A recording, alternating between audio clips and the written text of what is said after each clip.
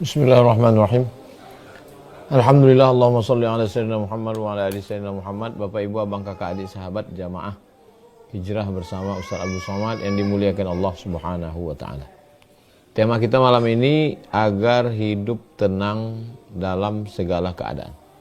Bang Alvin Firdaus beserta seluruh tim yang ada di Pontianak, yang ada di Riau, sahabat hijrah bersama Ustaz Abdul Somad. Pembahasan yang pertama adalah definisi tenang. Apa itu tenang? Menurut Kamus Besar Bahasa Indonesia, tenang itu diam, tidak bergerak. Makanya air laut yang tidak berombak, yang tidak berangin disebut tenang. Air laut yang diam, tenang. B, makna berikutnya, tidak gelisah, tidak rusuh, tidak kacau, tidak galau, aman, tentram. Itu disebut dengan tenang. Dan ini berlaku pada hari. Misalnya hari ini tenang, hari ini puting beliung. Berlaku juga pada gaya seseorang. Si anu gayanya tenang, si anu gayanya seradak serudu. Berlaku juga pada suasana hati. Suasana hati saya ini sekarang dalam keadaan tenang. Hati saya sekarang dalam keadaan risau, suntuk, galau, marah. Nah, nih. Jadi kalau disebut tenang artinya adalah diam, tidak bergerak. Tenang adalah tidak gelisah, tidak rusuh, tidak kacau, tidak galau, aman, tentram. Ini tenang. Apa ayat Al-Quran yang bercerita tentang tenang? Surat Al-Fath ayat 4. Surat Al-Fath ayat 4. A'udzubillahi minasyaitonirrajim. Huwallazi anzalas sakinata. Huwallazi anzalas sakinata. Allah yang menurunkan ketenangan. Huwa Allah allazi yang anzala menurunkan as-sakinata ketenangan fi qulubil mu'minin di dalam hati orang yang beriman. Ayat ini bercerita tentang 3 prinsip. A, bahwa ketenangan itu dari Allah. B, bahwa ketenangan itu letaknya di dalam hati. C, bahwa ketenangan itu hanya ada pada orang yang percaya. Pembahasan yang kedua ini ABC. Huwallazi anzala. Jadi bukan kuasa kita. Mungkin saya yang sedang bicara tentang tenang justru tidak tenang. Yang tenang malah sahabat hijrah bersama UAS. Lebih tenang.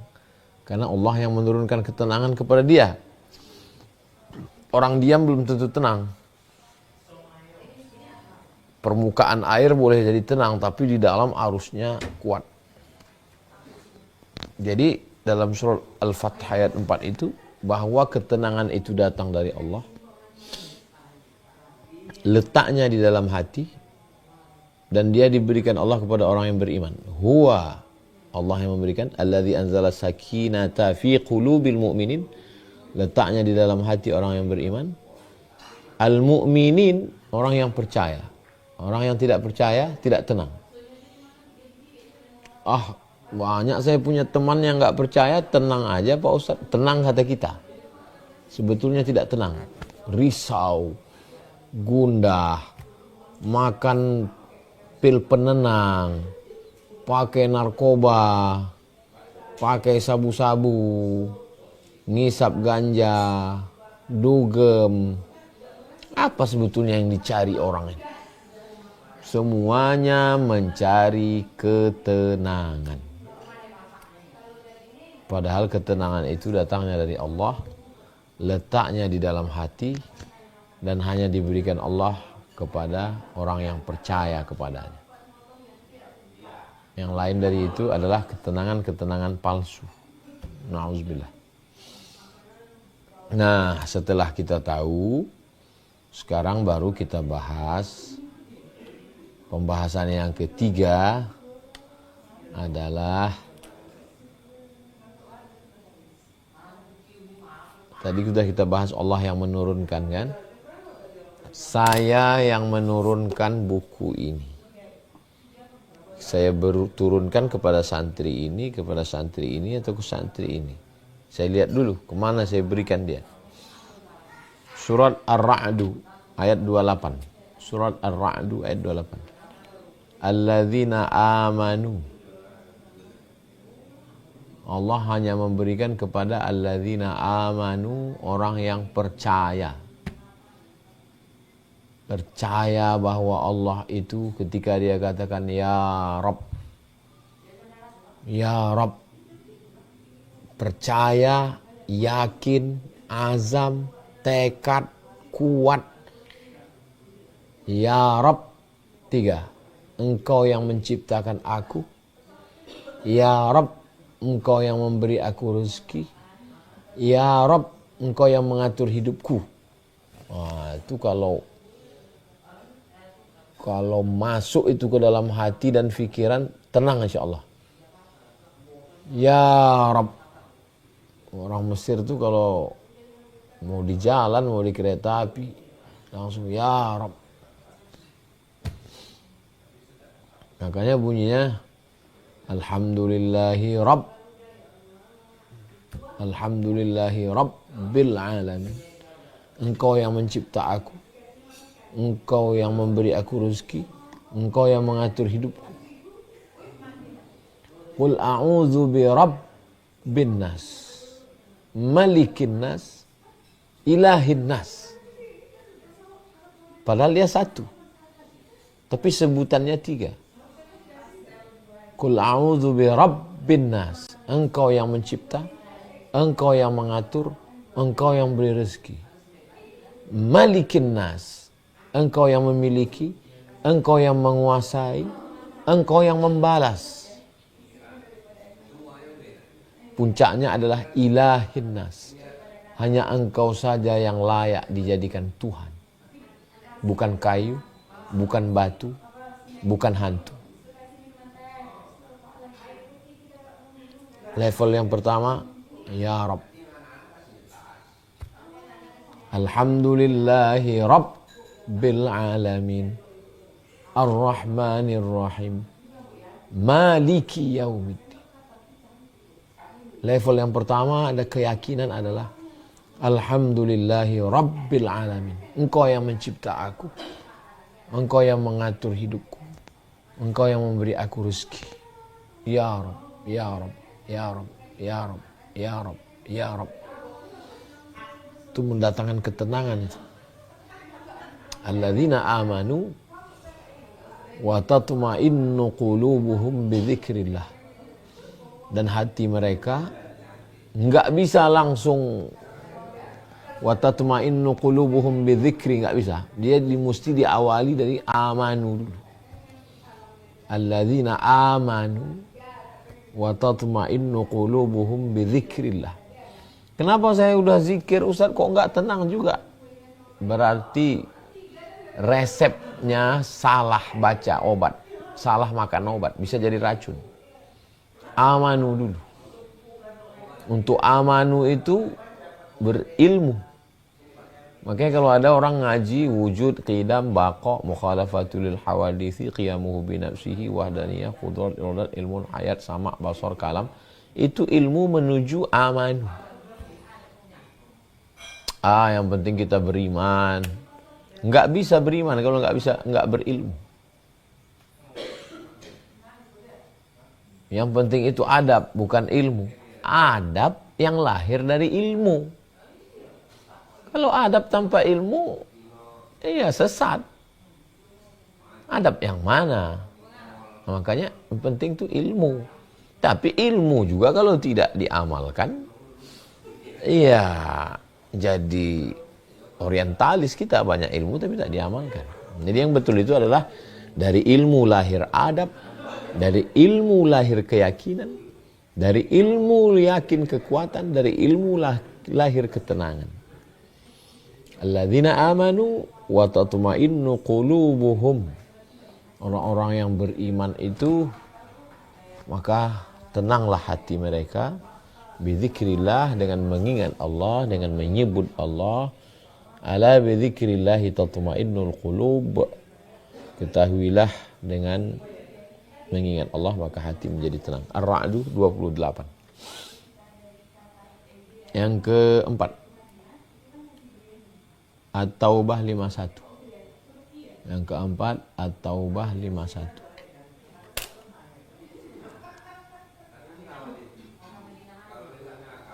Qul katakan. Qul katakan ya Muhammad sallallahu alaihi wasallam. La yusibana, tidak ada satu pun yang menimpa kita. Illa ma kataballahu lana, melainkan semua itu sudah ditetapkan Allah. Huwa maulana, hanya Allah saja yang bisa menolong kita. Wa 'alallahi falyatawakkalul mu'minun, hanya kepada Allah saja orang yang beriman itu bertawakal. Yang keempat adalah keyakinan bahwa segala yang terjadi ini adalah rencana Allah.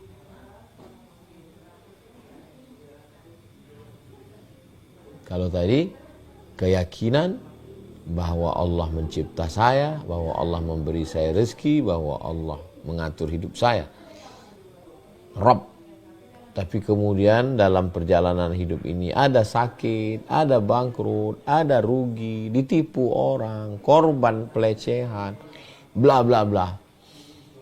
Maka ada keyakinan bahwa di balik ini ada hikmah.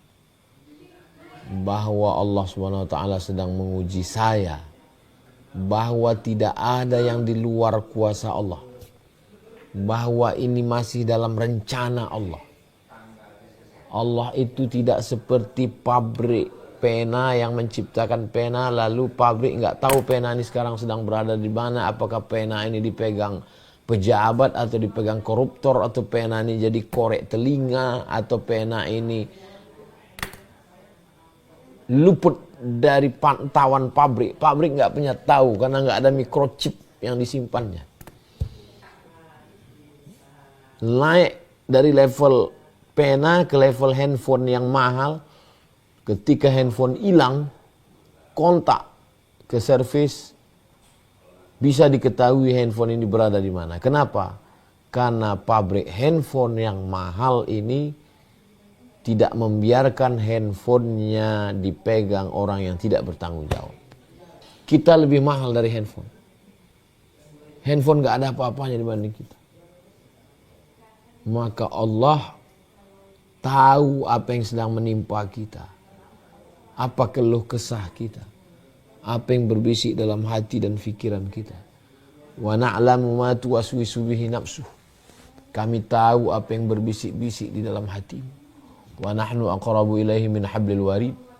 Kami lebih dekat daripada urat leher. Bukan berarti dia di dalam.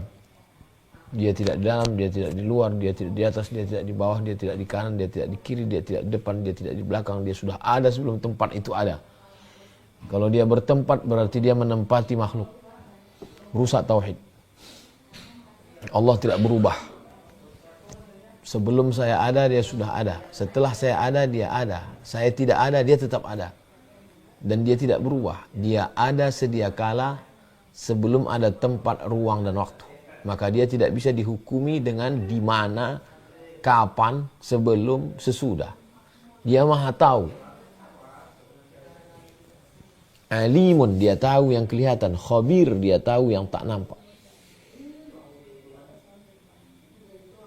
Maka itu selalu di dalam bacaan-bacaan sholat, dalam bacaan Quran, dalam bacaan zikir, itu sebenarnya yang sedang ditekankan.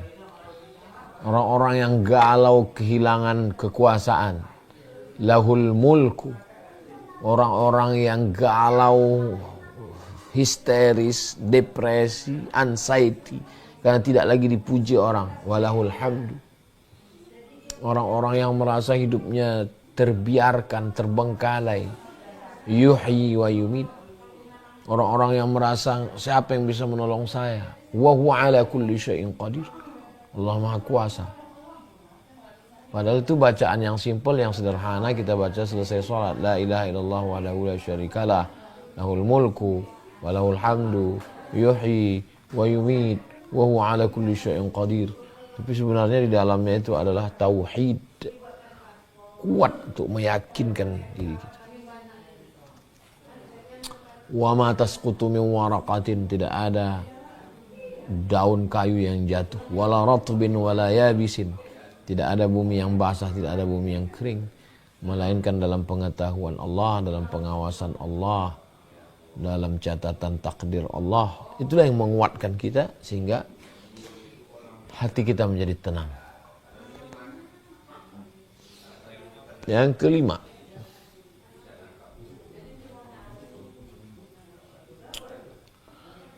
hadisnya ada dalam Sahih Muslim. La yaq'udu qaumun, sekelompok orang, yadhkuruna Allah, berzikir menyebut Allah. Mulut menyebut, hati mengingat, fikiran fokus dan sadar. Mulut menyebut la ilaha illallah, la ilaha illallah, la ilaha illallah. Hati mengingat, fikiran fokus dan sadar. Yang kelima adalah zikir. La yaqudu qaumun, sekelompok orang duduk, yadhkuruna Allah, mereka menyebut Allah. Subhanallah walhamdulillah wa la ilaha illallah wallahu akbar wa la hawla wa la quwwata illa billahil aliyyil azim. Allahu akbar, Allahu akbar, Allahu akbar, Allahu akbar. Haffat bihimul malaikah, malaikat mengelilingi mereka. Ghasyiyat bihimur rahmah, rahmat Allah turun meliputi mereka. Wa nazalat alaihimus sakinah, turun sakinah ke dalam hati mereka. Wa dzakarahumullahu fiman indah, Allah banggakan mereka kepada para malaikat-malaikat yang ada bersama Allah. Itu maka orang di majelis zikir itu tenang. Dari mana datang ketenangan? Dari Allah. Diturunkan Allah ke dalam hati. La yaq'udu qaumun, sekelompok kaum, bukan sendirian, sekelompok kaum, yadhkuruna Allah, mereka berzikir mengingat Allah. Artinya mereka berzikir beramai-ramai. Subhanallah walhamdulillah wa la ilaha illallah wallahu akbar wa la hawla wa la quwwata illa billahil aliyyil azim. Bismillahilladzi la yadurru ma'a ismihi syai'un fil ardi wa la fis sama' wa huwas sami'ul 'alim. Astaghfirullahalazim, astaghfirullahalazim, astaghfirullahalazim.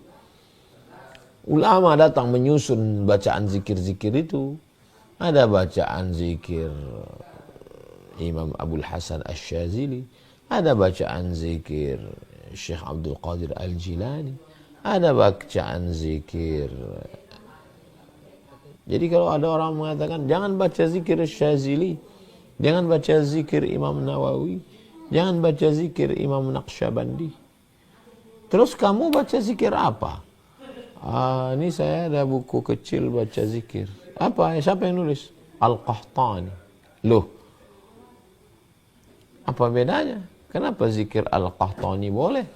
Kenapa zikir Syekh Asy-Syadzili enggak boleh? Karena Al-Qahtani mengambil dari Al-Quran dan Sunnah. Imam Abdul Hasan Asy-Syadzili juga mengambil dari Al-Quran dan Sunnah. Ini disusun oleh Imam Abdullah Al-Haddad. Ini namanya wirid Ratib Al-Attas. Ratib Al-Attas, Ratib Al-Haddad, wirid Sakran, Hizib Imam Abdul Hasan Asy-Syadzili, zikir-zikir dari para ulama. Itu semuanya diambil dari Al-Quran, dari Sunnah. Kalaupun mereka peroleh dari ilham yang diberikan Allah, ya isinya tidak bertentangan dengan Al-Quran dan Sunnah Rasulullah Sallallahu Alaihi Wasallam. Ini memahami tentang zikir dan majelis zikir. Jangan sampai nggak datang ke majelis zikir.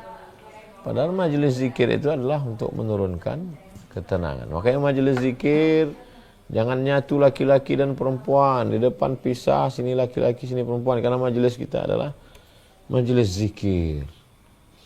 Yang keenam, majtama'a qaumun fi baitin min buyutillah.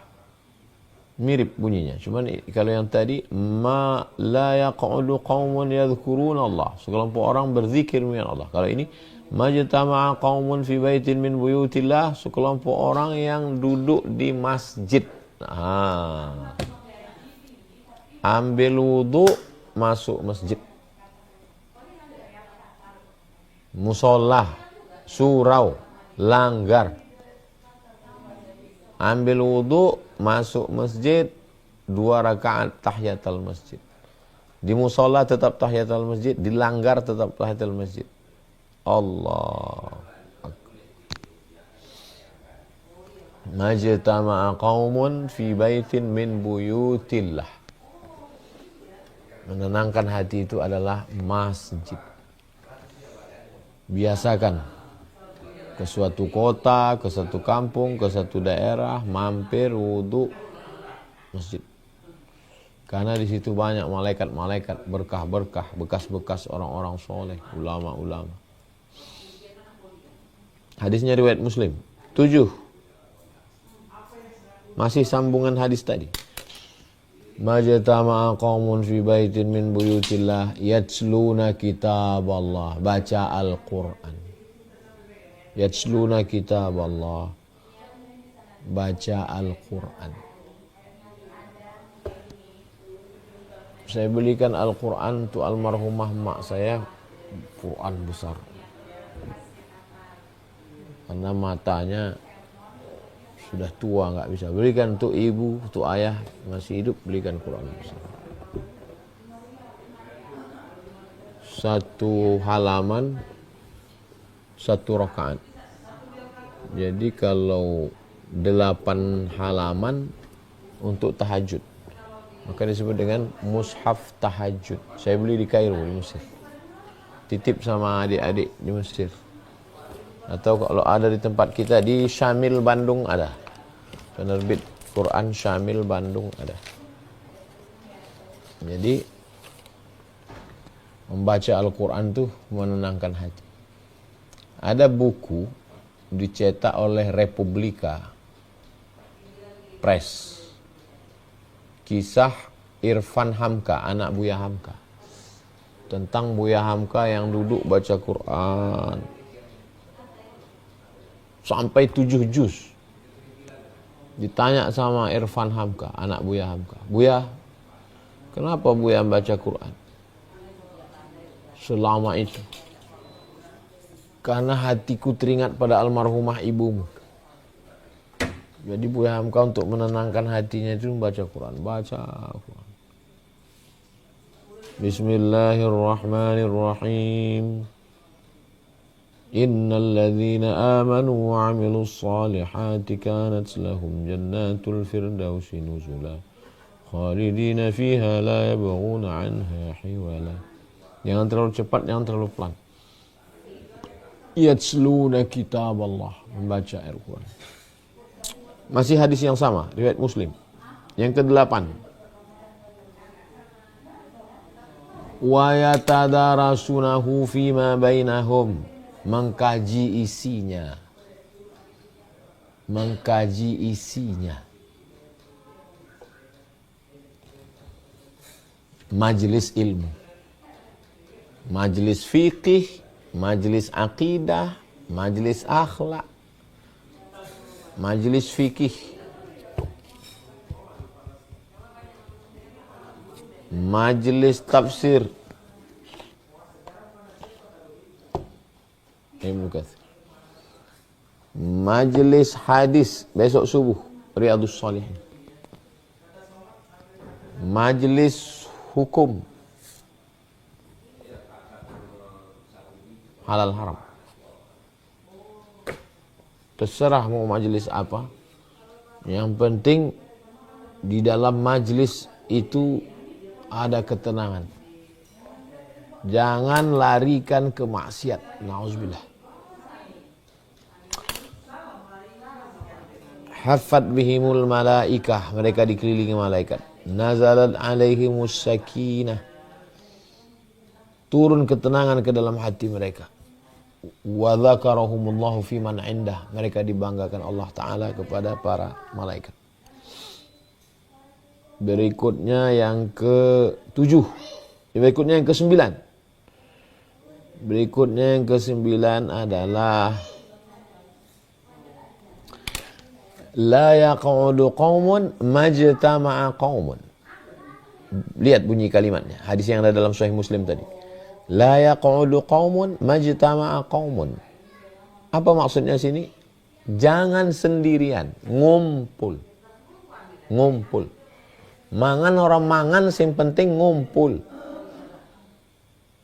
Jadi kalau ada orang mana mau ngopi sebentar, itu sebenarnya dia mau menenangkan hati. Tapi majelisnya majelis yang baik.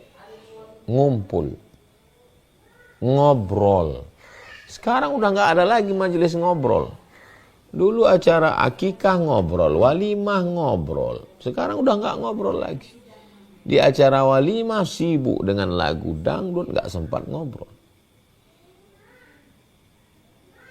Di kafe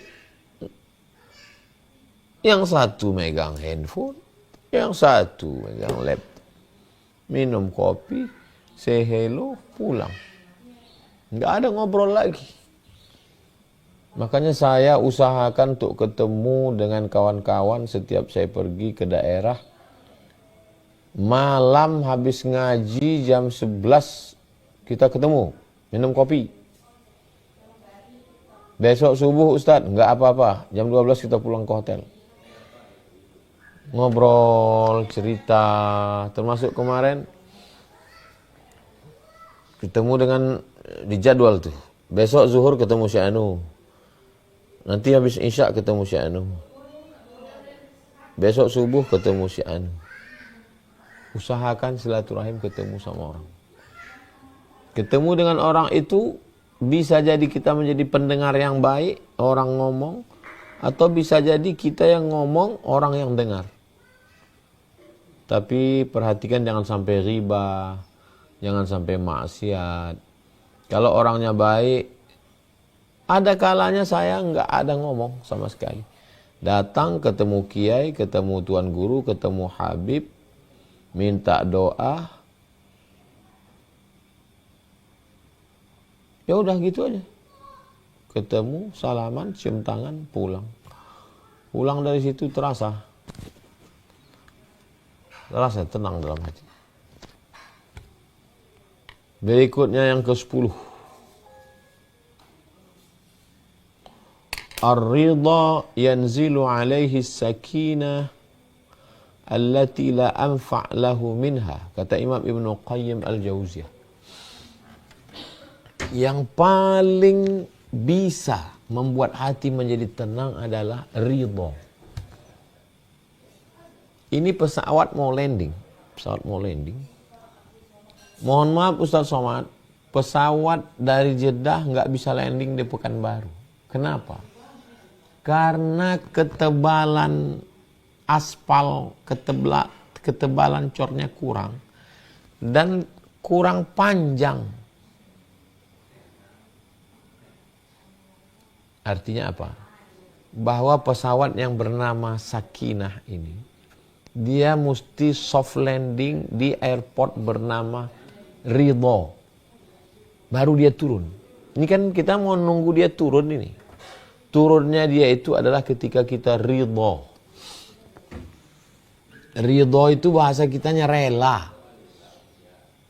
Sudah jadi bahasa Indonesia. Rela dengan segala keputusan Allah.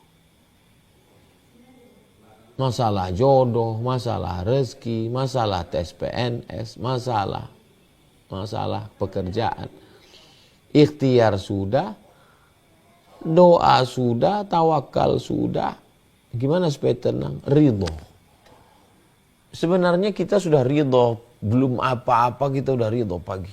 Raditu billahi rabba wa bil islami dina wa bi Muhammadin nabiyya wa rasulah. Ridho. Ridho itu seperti gendong anak bayi dan bayinya kencing. Kita ridho kan? Nggak pernah ngelawan kan? Seperti jenazah yang dimandikan, diambil kapas, ditusuk hidungnya, ditusuk telinga.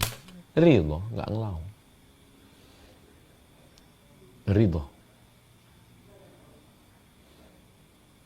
Makanya sifat orang yang akan menghadap Allah itu radiyatan mardiyah.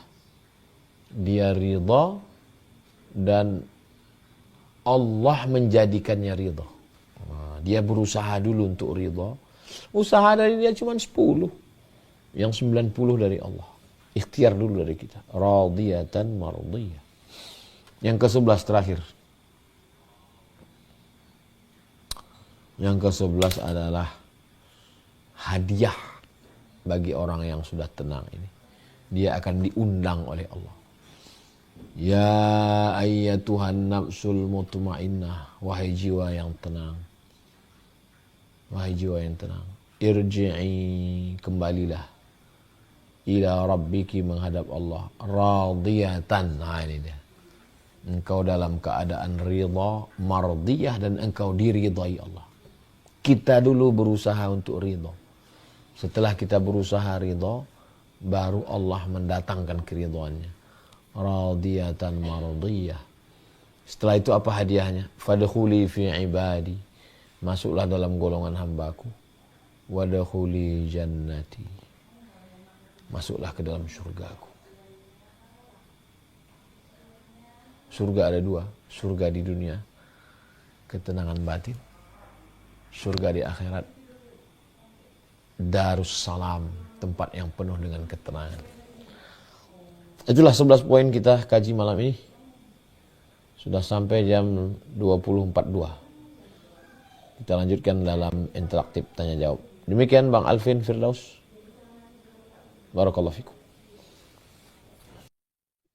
Masya Allah, tabarakallah, syukran, jazakumullah khairan kasiron kepada yang kami muliakan Tuan Guru Ustadz Abdul Somad atas materi pada malam hari ini yang luar biasa, insya Allah menjadi penenang bagi kita, ya.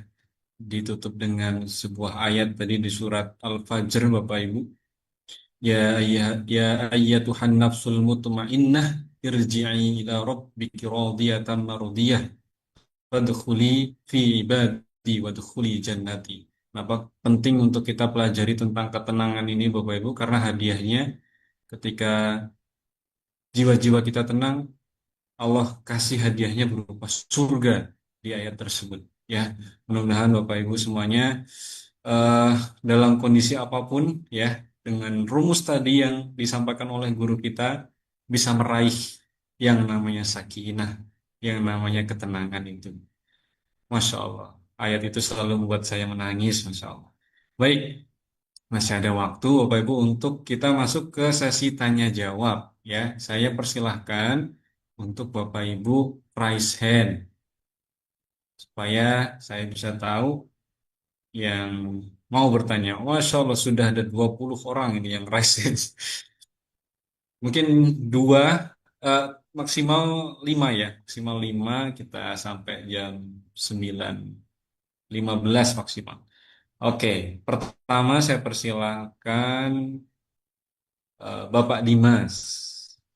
Monggo Bapak.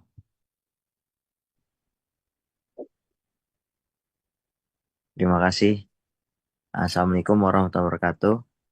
Waalaikumsalam. Ustadz, izin bertanya. Eh, Tadi salah satu untuk mendapat ketenangan itu salah satunya zikir. Nah, alhamdulillah saya sudah coba untuk berzikir. Bahkan ketika ada kerisauan atau ketidaktenangan, saya sholat, baik sholat sunnah yang ada atau sholat mutlak. Cuman terkadang eh, rasa tenang itu muncul, tapi kadang-kadang datang lagi Ustadz. Itu karena apa? Pertanyaan yang pertama. Yang kedua, eh, sepanjang hari atau 2 hari berturut-turut, eh, dalam beberapa minggu ini saya merasa tidak tenang. Bahkan dalam surat Al-Fat yang Ustadz sampaikan tadi, ketenangan itu diberikan dari Allah. Cuman yang saya tanyakan, dari yang saya dapat, ternyata ada timbul rasa tidak tenang itu, atau tujuan yang saya dapatkan, ketenangan bahkan tidak diberikan sama Allah. Pasti saya husnudzon sama Allah, pasti ada tujuan atau maksud yang Allah kasih ke saya. Nah, tujuan dan maksud itu dari Allah, apa sebenarnya dibalik ketidaktenangan itu yang saya dapatkan. Demikian Ustadz. Barakallahu fiik. Wassalamualaikum warahmatullahi wabarakatuh. Waalaikumsalam warahmatullahi wabarakatuh. Ada filosof Yunani, tidak Islam. Saya kalau membahas sesuatu, saya suka melihat dari banyak sisi. Dari sisi Islam, dari sisi tidak Islam. Memang saya orangnya suka penasaran. Jadi kata dia, kebahagiaan, ketenangan itu seperti bulu kambing yang terbang. Bulu kambing terbang, hinggap, kan? Habis hinggap dia terbang lagi, hinggap lagi. Habis itu terbang lagi, hinggap lagi. Habis itu terbang. Begitulah kebahagiaan itu. Ini tidak dari Islam. Ini bukan Islam. Artinya dia setelah merenung panjang, dia menarik kesimpulan bahwa ketenangan itu, kebahagiaan itu, ya datang pergi, datang pergi. Kayaknya nanti kalau udah tamat dari SMA ini, udah nggak pakai seragam lagi, kayaknya tenang ini. Begitu lulus, tanda tangan, cat-cat, tenang. Tenang kan? 2-3 hari kemudian nggak tenang. Mau masuk kemana kuliah ya? Kayaknya kalau lulus ke UI, kalau lulus UGM, kalau lulus USU, kalau lulus yang negeri, kayaknya tenang ini. Keluar nama, lulus, tenang. Tenang agak berapa menit, buka lagi, ternyata UKT-nya mahal juga. Kayaknya nanti kalau udah habis kelas ini, udah nggak presentasi lagi, udah nggak ada beban 12 SKS lagi, kayaknya tenang ini. Habis materi, tenang. Ternyata datang lagi skripsi. Kayaknya nanti kalau sudah LC tenang ini. Udah selesai LC, alhamdulillah. Tanya orang, rencana mau MA kemana? Nggak tenang lagi. Nanti kalau sudah selesai MA dari Maroko nih, kayaknya tenang ini. Sidang munaqashah, dapat beasiswa, belajar nulis, tenang. Masa nggak doktor, kata orang. Kayaknya kalau doktor nanti tenang. Begitulah kita terus. Apa yang membuat kita itu tidak tenang? Karena kita menggantungkan ketenangan kepada sesuatu. Karena kita menggantungkan ketenangan itu kepada sesuatu. Sehingga kalau sesuatu itu dapat, kita tenang. Kalau sesuatu itu nggak dapat, kita nggak tenang. Saya bukan sedang menyindir orang. Saya sedang membicarakan orang. Saya sedang membicarakan diri saya sendiri. Bahwa saya dulu begitu. Saya menggantungkan ketenangan itu kepada keberhasilan, kepada benda, kepada target-target.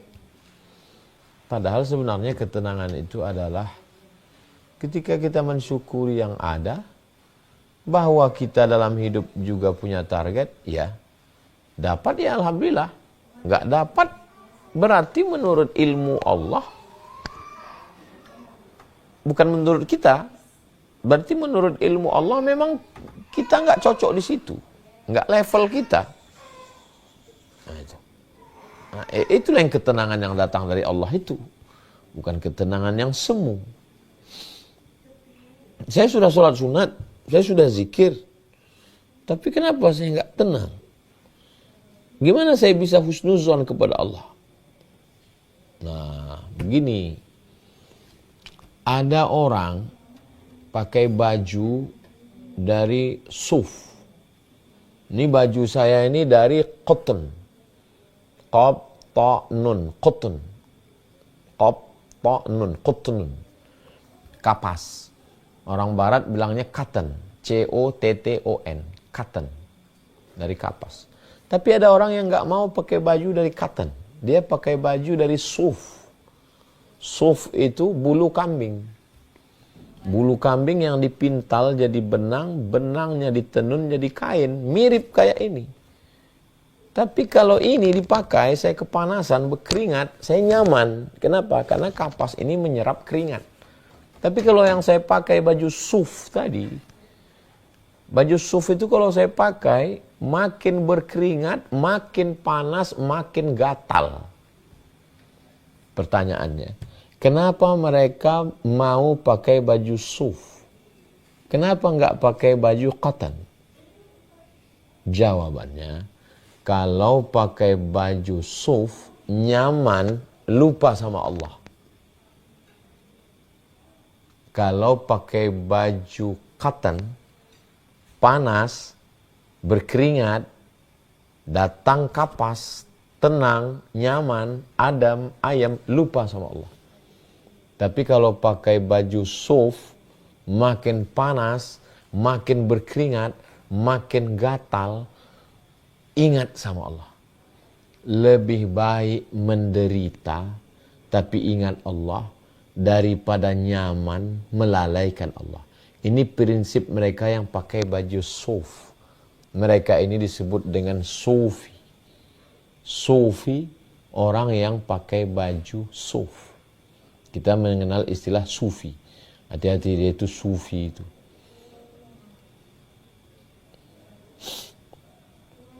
Lebih baik pakai baju katan yang adem ayem, lupa sama Allah, atau pakai baju yang panas, risih, tapi ingat sama Allah.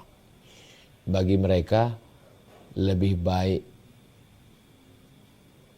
susah hati tapi ingat Allah daripada tenang hati lalai kepada Allah. Begitu Pak apa tadi Bang Alvin?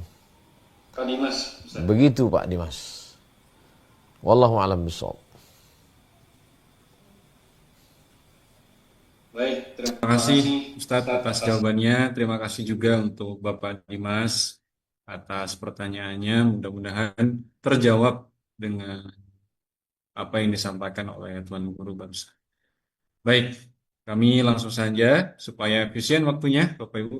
Kami persilakan selanjutnya kepada Ibu Ana Al-Ihya. Silakan dibuka mic-nya, Ibu.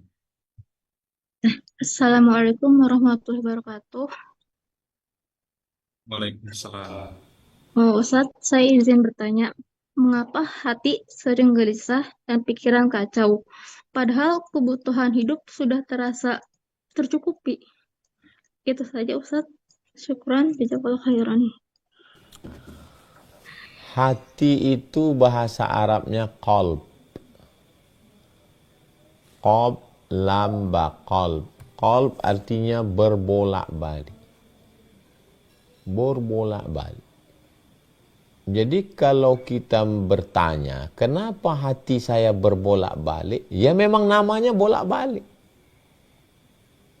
Ma sumiyal qalbu biqalbin illa litaqallubihi.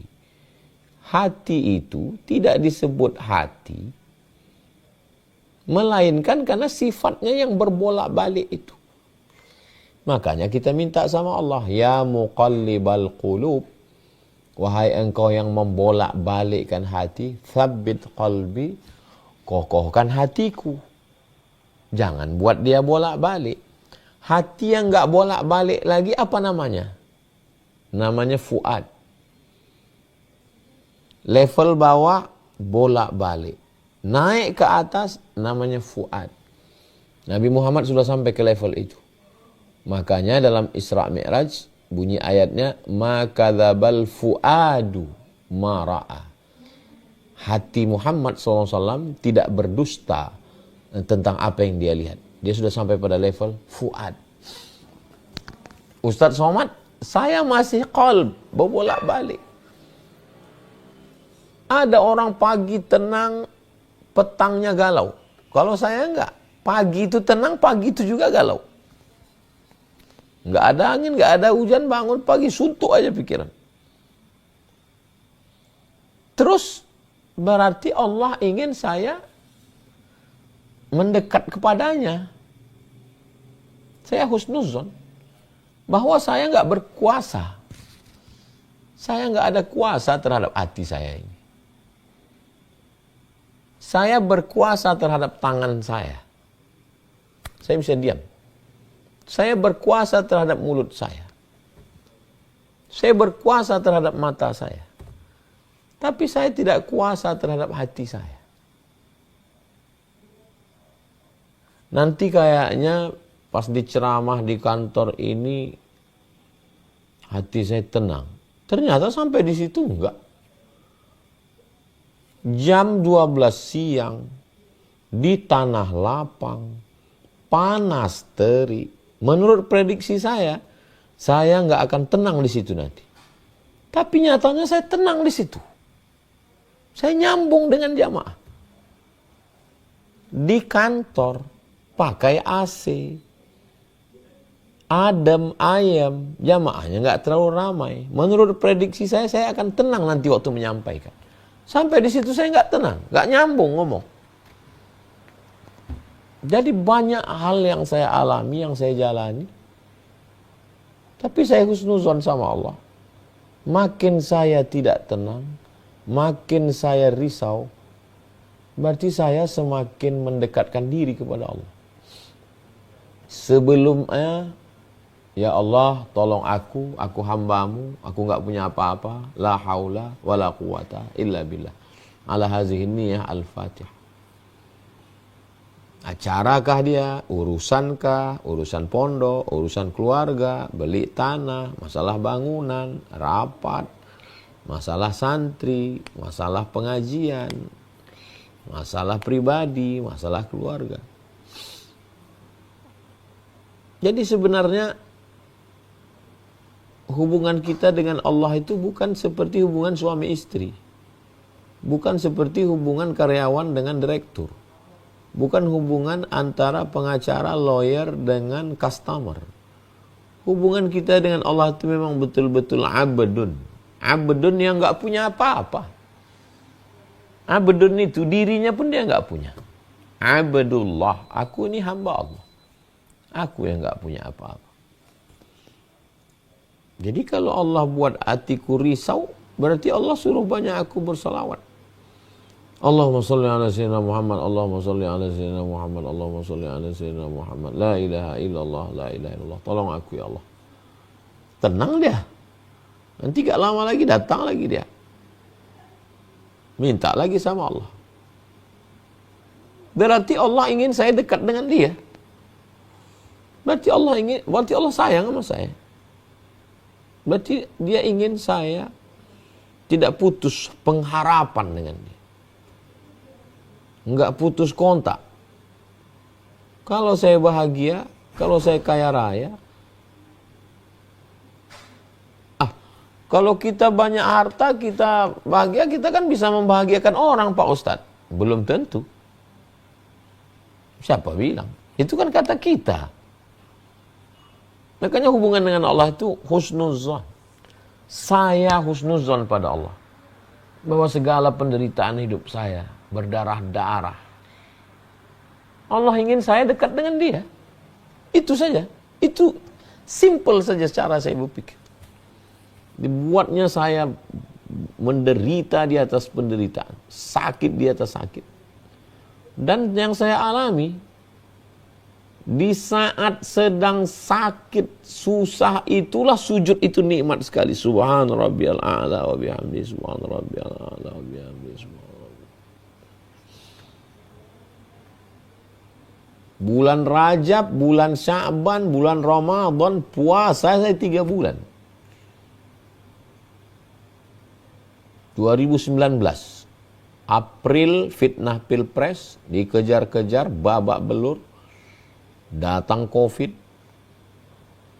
Disitulah terasa puasa itu begitu nikmat. Rajab, Sya'ban, Ramadan. Kalau boleh ada Syawal, Syawal tambah lagi.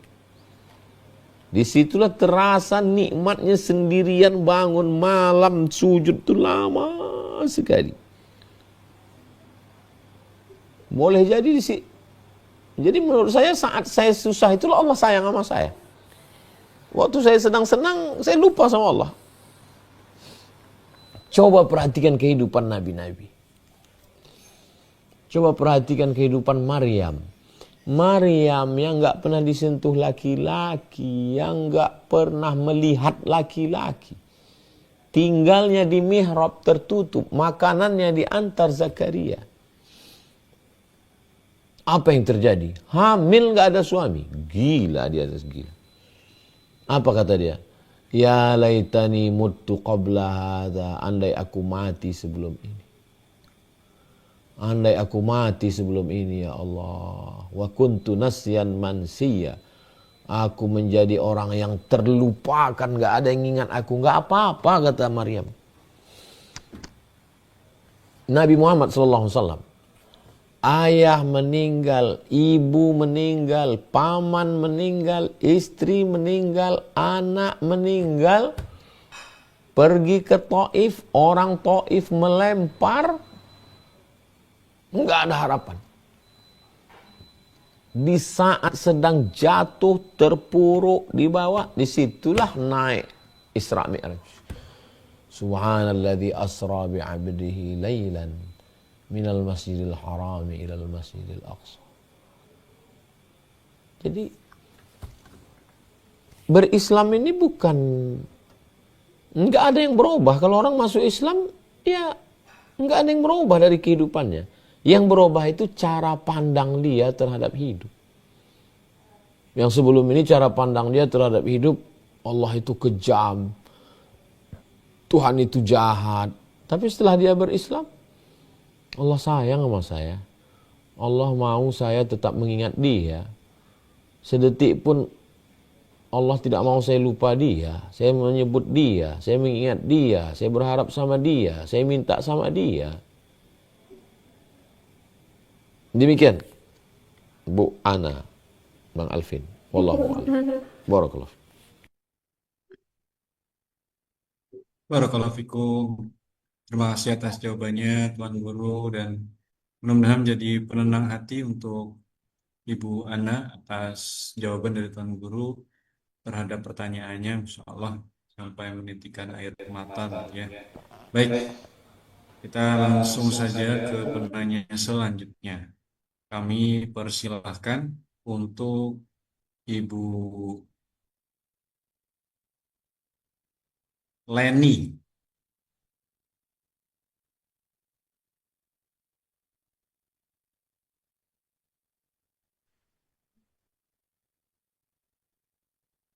Halo Ibu, mohon dibuka kameranya dan buka mic-nya.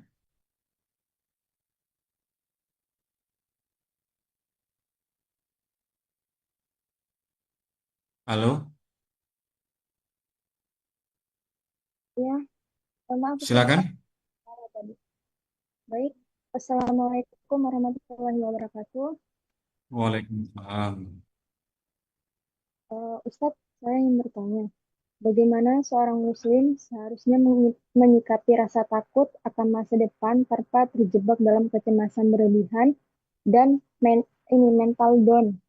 Dan bagaimana cara membedakan antara sabar yang berpahala dan sabar yang hanya memendam luka? Syukron, Ustadz.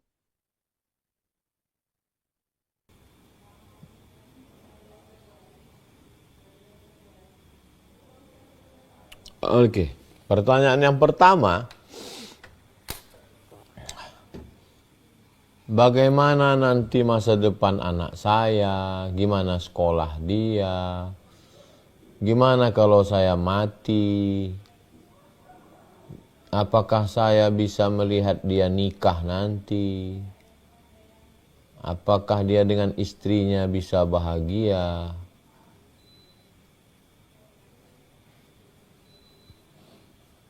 Dari mana pikiran itu datang? Pikiran itu datang dari pikiran kita sendiri. Namanya hadisun nafsi, lintasan-lintasan pikiran. Bagaimana supaya dia tidak datang berterusan? Maka kita mesti menyibukkan diri. Kita menyibukkan diri. Gimana aku nanti kalau selesai LC, gimana aku S2, setelah S2 aku kerja di mana, apa ada yang bisa nerima aku jadi dosen. Ya kalau aku nggak lulus PNS, makanya kita nggak boleh diam. Nggak boleh diam. Kita mesti harus ada kegiatan. Fa idza faraghta fansab.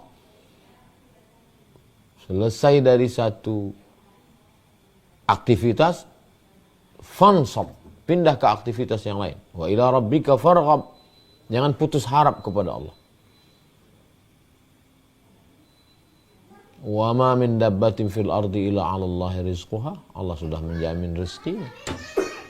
Hatta al-hutu fil bahri, ikan-ikan yang ada di dalam laut, wal namlatu fi juhriha, semut-semut yang ada dalam lubang kayu, lubang tanah. Cacing yang tak bermata, tak berkaki, tak bertelinga, tak berkulit, hidup. Jadi bisikan-bisikan itu hanya bisa dilawan dengan dua. Yang pertama, dengan keyakinan untuk menghalau bisikan. Aku yakin Allah menjagaku, aku yakin Allah menjaga anakku, aku yakin Allah punya ketentuan, punya takdir. Yang kedua adalah dengan kesibukan aktivitas. Saya baru landing sore tadi. Begitu sore, saya melihat saringan kolam ikan. Saya memotong dahan-dahan pohon yang sudah mulai semak. Mandi bersih, makan malam, langsung ini. Online. Besok subuh, kajian Riyadhus Shalihin. Habis itu nerima tamu. Habis itu zuhur rapat yayasan. Jangan pernah ada kosong. Kosong, galau, melo, sedih, gak tahu apa yang disedihkan, merasa paling melarat, merasa paling susah, paling teraniaya. Lama-lama anxiety, lama-lama depresi, lama-lama bunuh diri, tapi takut mati.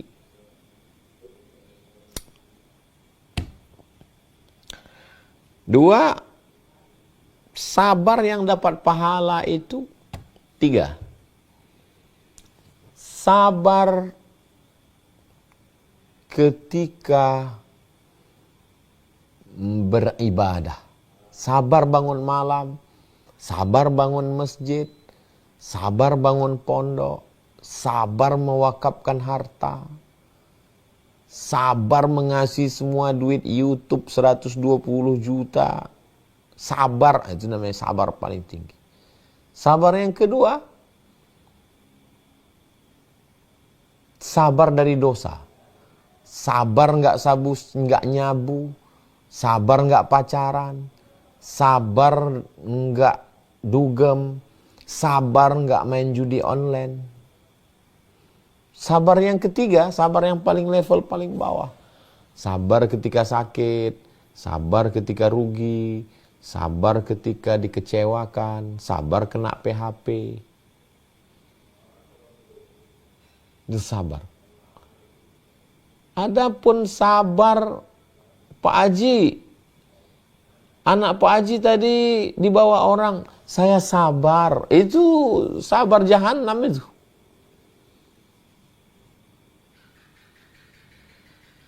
Sabar apa ini? Sabar beribadah, sabar meninggalkan maksiat, sabar menerima ujian Allah. Itulah level sabar 3. Itulah yang dapat pahala itu. Demikian, Bang Alvin. Baik, Masya Allah. Kita lanjut penanya terakhir ya. Yang sudah menunjukkan pukul 9:10. Masya Allah ada 20 lebih ini yang bertanya. Oke, saya persilahkan terakhir. Ibu Fitriyanti Nasution.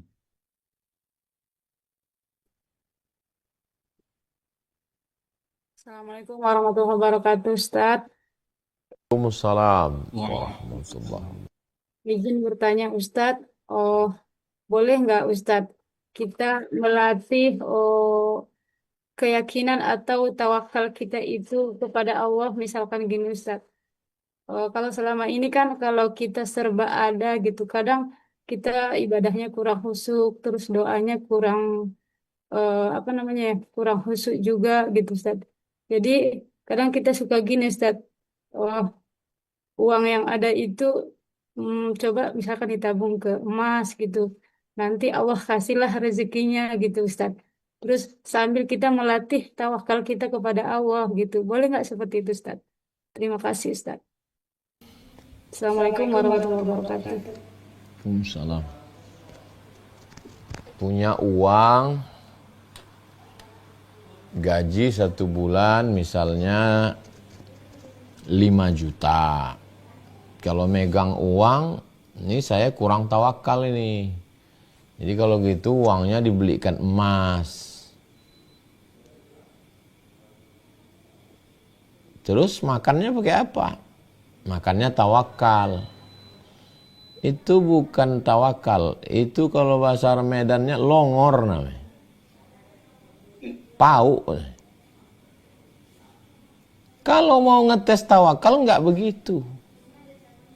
Mengetes tawakal itu macam Imam Al-Ghazali. Imam Al-Ghazali itu rektor. Bayangkan rektor ini, rektor UI, rektor UGM, rektor. Nama universitasnya Universitas An-Nizamiyah. Nama rajanya Sultan Nizamul Muluk. Sultan ngangkat Imam Al-Ghazali jadi rektor. Setelah jabatan tertinggi itu, Imam Al-Ghazali meninggalkan jabatannya semua. Ditinggalkannya jabatannya, ditinggalkannya. Waktu itu dia sangat viral. Kalau dia jalan 70.000 orang mengiringi dia. Ditinggalkannya semuanya. Dan dia nggak bawa apa-apa. 11 tahun di menara Masjid Damaskus. Jami' Al-Umawi. Uzlah meninggalkan dunia. Kata dia kalau mau uzlah yang dibawa cuma 3. Kalau mau uzlah 3. 1, bawa timba. Kalau mau uzlah bawa 1 timba. Kenapa? Supaya jangan pakai timba orang. Bawa timba. Yang kedua, bawa jarum jahit. Supaya apa? Supaya kalau kain koyak jahit sendiri enggak minta sama kain orang. Yang ketiga, cukup makanan 1 hari. Supaya apa? Supaya tidak mengemis meminta-minta kepada orang. Tapi kalau gaji pokok disimpankan ke emas, mungkin yang mendengar ini tersinggung, saya bilang pau. Disimpankan ke emas kan masih ada emasnya. 5 gram emasnya. Habis itu pura-pura miskin dia, emasnya banyak. Kalau mau ngetes tawakal itu nggak begitu. Ikutlah Imam Al-Ghazali. Dan saya nggak sanggup. Saya nggak sanggup untuk meninggalkan PNS, sanggup saya. Karena ditekan-tekan rektor tuh saya tinggalkan juga. Daripada saya ditekan-tekannya, sok mantap kali dia. Keluar saya. Daripada di sidangnya saya, 4 kali saya disuratinya. Komite ASN. Nggak mau saya datang. Keluar saya. Ini karena terpaksa. Tapi kalau mau betul ibu mau meninggalkan, jangan beli emas.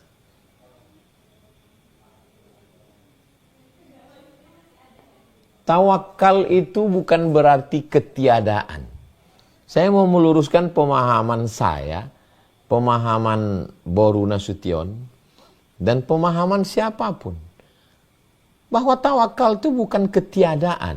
Karena ibu memahami tawakal itu ketiadaan, bukan. Tawakal itu adalah kita punya kuda, kudanya kita tambatkan. Setelah kita tambatkan baru kita tawakal. Itu yang namanya tawakal. Bukan kita nggak punya apa-apa. Lalu ditanya, mana kudamu? Aku tawakal. Itu bukan tawakal, itu fakir namanya. Sudah punya kuda, mau punya onta. Sudah punya onta, mau 5. Sudah 5, mau 10. Tamak namanya. Mampu punya kuda, tapi nggak mau. Mubazir namanya. Punya kuda, tambatkan. Tawakal namanya. Tawakal. Punya pena, simpan baik-baik. Tawakal namanya. Sudah punya pena, mau pena emas. Pena emas harganya 100 juta. Mubazir. Karena pena kan untuk nulis. Ngapain mesti emas? Mubazir. Punya pena malah dibuangkan. Kenapa kau buang? Aku mau tawakal. Pau. Longor. Bonga. Goblok. Kenapa cakap Ustadz kasar? Saya tidak kasar. Saya mau ngasih tahu bahwa kita tidak disuruh meninggalkan dunia. Makanya Nabi punya rumah, Nabi punya kuda, Nabi punya keledai, Nabi punya emas. Tapi dia tidak tamak. Dan dia tidak membuang itu semua. Kalau dibuangnya semua lalu kemudian dia bertawakal, enggak. Dan dia tidak meminta-minta. Nabi nggak pernah minta-minta. Itu Masjid Nabawi itu, tapak Masjid Nabawi itu, Nabi yang beli itu. Nabi yang beli. Dibelinya, habis itu diwakafkannya.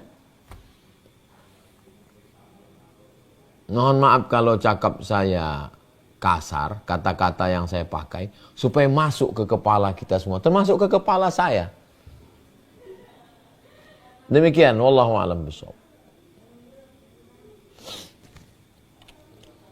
Baik, Masya Allah, terima kasih atas pencerahannya Tuan Guru, dan terima kasih untuk Bapak Ibu semuanya, Ibu Fitrianti yang tadi terakhir bertanya, semoga menjawab pertanyaan-pertanyaannya.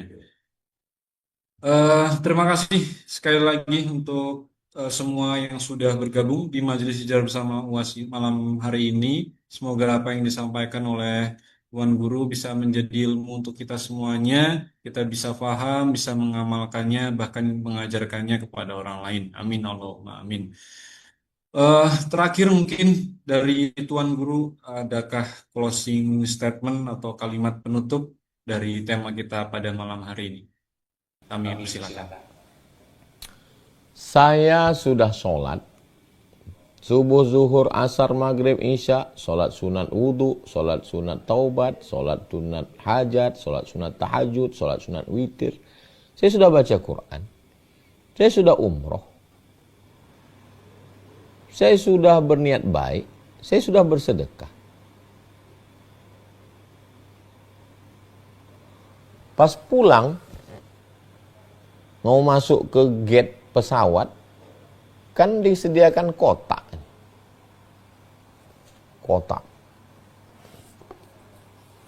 Berarti peci sama topi sama ini masukkan ke kotak. Untuk masuk ke X-ray. Udah selesai keluar, tiba-tiba hilang paspor saya. Mana buka semua, nggak ada. Rupanya paspor itu tertinggal di kotak itu. Dan kotaknya otomatis. Begitu lewat, dia tertimpa. Habis itu ditimpa kotak lain. Ditimpa jalan kotaknya.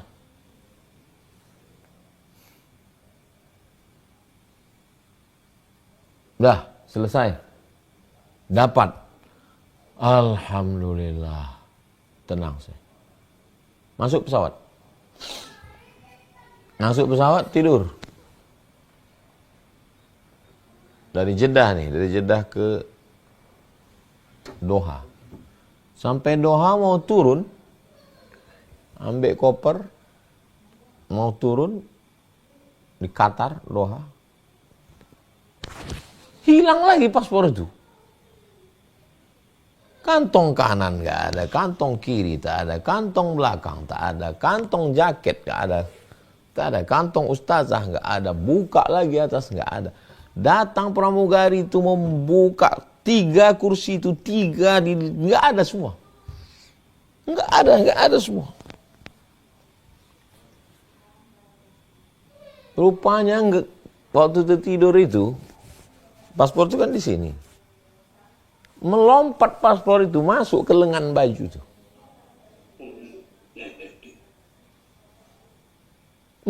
Melompat paspor itu dari kantong. Gimana paspor itu bisa melompat? Gimana lah tidur saya paspor itu bisa melompat? Masuk dia ke lengan baju itu. Buka jaket itu, keluar dia dari lengan baju. Kalau susah hati itu mau datang, dah, sampai ke hotel. Sampai ke hotel di Qatar. Rupanya udah 2 kali kena tuh trauma jadinya. 2 kali trauma, hilang pasporku lagi. Udah 3 kali nih tanya ustazah, mana paspor? Kata ustazah, semua orang yang datang ke Qatar ini paspornya dipegang oleh tour guide. Oh iya. Jadi kalau mau susah hati itu ada aja cara Allah.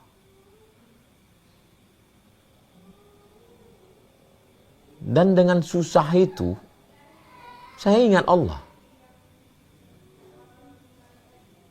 Dengan susah hati itu, terasa bahwa saya bukan apa-apa dan bukan siapa-siapa.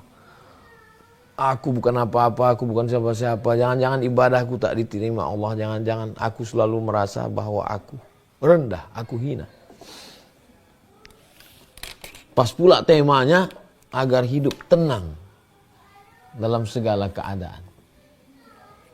Ya waktu hilang itu nggak ada jalan lain kecuali hanya berserah pada Allah. La haula wa la quwata illa billah. Pikirkan sendiri, renungkan sendiri, fahami sendiri. Selama lebih kurang 1,5 jam ini, saya mohon maaf kalau banyak kata-kata saya tidak berkenan di hati.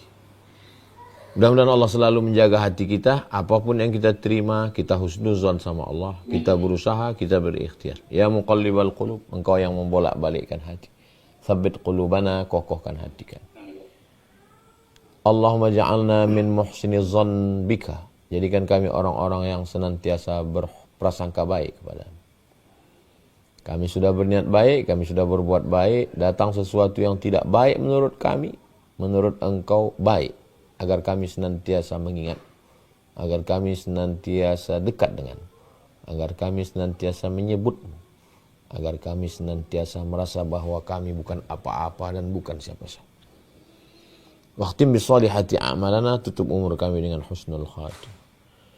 Wamla' qulubana bil hikmati wal iman, penuhkan hati kami dengan hikmah dan iman. Rabbana atina fid dunya hasanah wa fil akhirati hasanah wa qina adzabannar. Wa sallallahu ala sayyidina Muhammad wa ala alihi wasallam walhamdulillahirabbil alamin. Terima kasih segala perhatian, mohon maaf segala kesilapan dan kekhilafan, panjang umur sehat badan, kita ketemu lagi dalam majelis ilmu yang berkah insyaallah. Terima kasih Bang Alvin Firdaus beserta seluruh tim yang ada di Riau. Jazakumullah ahsanal jaza. Subhanakallahumma wa bihamdika asyhadu an la ilaha illa anta astaghfiruka wa atubu ilaik. Wassallallahu ala sayyidina Muhammad wa ala alihi wasallam. Alhamdulillah rabbil alamin. Wassalamualaikum warahmatullahi wabarakatuh. Waalaikumsalam warahmatullahi wabarakatuh.